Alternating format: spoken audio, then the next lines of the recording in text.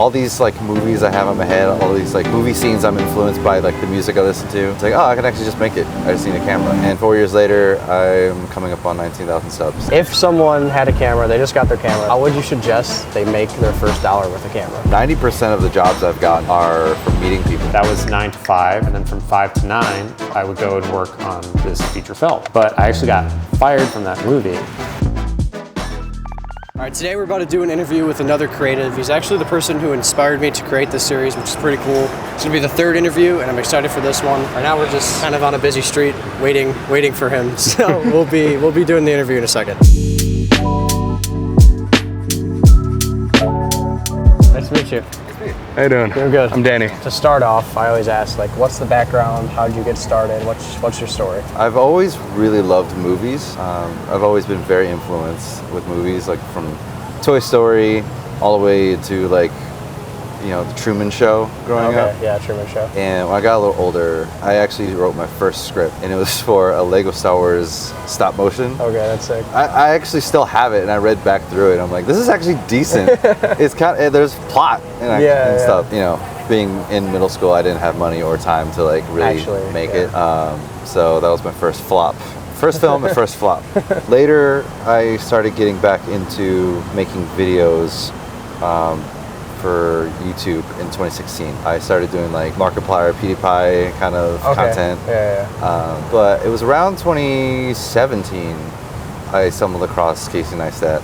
Okay. And I was like, you know, all these like movies I have in my head, all these like movie scenes I'm influenced by, like the music I listen to.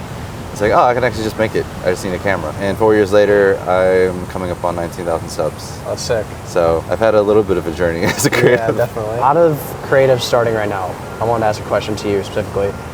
If someone had a camera, they just got their camera, they haven't made any money yet, how would you suggest they make their first dollar with a camera? I wouldn't say this is for everyone, but this is how I started. And I'd say like as you start out, like I know you want to make money, and I still want to make money, but like have the balance of, are you worth being paid for? Yeah. Like build your rep, like build your experience, like, which means sometimes you might do some jobs for free or at a very low budget, and just understand that that takes time to like build that experience level. When you're at that point where you can charge and you got some stuff under your belt, keep networking with people. 90% of the jobs I've gotten are from meeting people.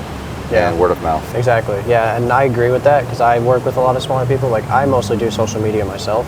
Yeah. So like I'll help other people with social media, like a bunch of little hitters, like $1,000 a month, $1,500 a month, like that type of stuff. Yeah. And with that, one thing I'll add is when you're doing that work, whether it's for free or it's for those people, is like focus on where you want to build towards. You know what I mean? I'm sure you can agree with that. Like if you want to do social media or you want to do macro photography or you want to do ad work, it's like when you're with them, do that work so you can build the portfolio. You know what I mean? Next one is for the people in Chicago. Do you think, or what do you think is going to happen with the creative community in Chicago within the next few years? For the longest time, and it's something that I mentioned in my video about Chicago, is for the longest time there has been a speakeasy culture. You know, there is a creative community in Chicago, but it's so scattered. Yeah. There's pockets all over the city, but there's not a unified community. There is always going to be that pull to go to New York or other places. I recently got convinced to move to New York. I just don't have it in my budget right now. But I'm still going to make the best of it while I'm here for the next few years. I have a take. In order for Chicago to, like Chicago's creative community to grow, the entire perspective of people in the city need to view Chicago as a whole. That's like a bigger problem. And I feel like in order for Chicago's creative city to grow, community to grow, there's a bigger, you know, things that need to happen. There's it's more on like a large scale. I mean, I grew up here, so the clickiness isn't even just in the creative community, it's in the whole city. Everything. It's like, especially just in the city in general, it's like everybody's in their sections. I think I commented that on the video too. I was like, there's a clique, like everyone's in a clique, people find their clique and just stay there and don't move. So it's definitely like a deep-rooted issue that's just within the city. But I think it really takes like 10 people to really blow up and like become famous and just not leave and like be like, I like Chicago, I'm in Chicago, Chicago's creative. It's the end of this one, guys. We'll see you. We have a few interviews this week. We have like 4 more. So we're gonna be around. No, for real. We're at this coffee shop. It's actually sick. It's called, what was it called? Collectivo. And we're waiting for this guy that we're supposed to interview in like 5 minutes. He's supposed to be home. He was getting a tattoo. So we were So we were waiting for him to get home, so we just chilled here and we just came up with a bunch of sick ideas for comedy bits that I'm going to try to do. And I also posted on my Instagram story to let people know that we're doing the interview series. I already got some people that messaged me from that, so that's sick, and it's going really well. We also dropped, by the time I'm saying this, the first actual episode of this, so we'll see how you guys liked it, and I think it was sick, and people are responding good to the actual raw interviews themselves, and I haven't dropped the first episode yet of time recording this, but when this is uploaded, it'll be dropped, obviously. So we got 10 more minutes, so we go to this guy's house, and we're about to interview him. His name's AJ. He's full-time. He lives in this area, Logan Square, or Palmer Square, downtown, so sending us into his apartment, and we're going to be in his studio. It's gonna be a sick interview, so we'll see when we get there. So first thing I want to ask is kind of just backstory. How did you start? Yeah. What's your come up look like? What's the story of you? Sure. A little bit about me. My name is AJ Grimm. I am a videographer, director, producer, and photographer based here in Logan Square, Chicago. I was very fortunate in high school that my high school had a video lab as well. Sick. Yeah, and so like, I'm gonna age myself a bit here, but we were working on the Cheese Grater Max with Final Cut 7, which was not totally new at that time either, but like that's how I learned like about like keyframing and basic animation stuff, and just like a little bit of color grading and all that kind of stuff too. Yeah. And so didn't really think too much more of it. It was just a fun elective that I did, and it was something that I did for fun on the side. Then I went to college. Where'd you Grand go? Rapids. I went to Calvin College. Okay, I haven't heard of it, but yeah, that is a sick area. Yeah, it's a nice area. I have some serious problems with that school, but like, but they had a really good program. Did they? And you know, Sam Smart was like an awesome professor over there, and that's kind of how I got like introduced to like studio recording, like live studio recording. So that's when I started like getting into the idea of working for myself, doing freelance work. I had an internship with a company called Sidecar Studios in Grand Rapids, and that led to some freelance work at that time, just editing. And that's when I started to realize that like, you know, not only are these guys making money doing it, but now I'm starting to make a little bit of money doing it as well. And back to what I was saying is after that internship, after college, I went back to Cleveland, got connected with the Chagrin Documentary Film Fest. That's like their on-site camera dude. Yeah. And we were producing like dailies for their web stuff because they were also live streaming a lot.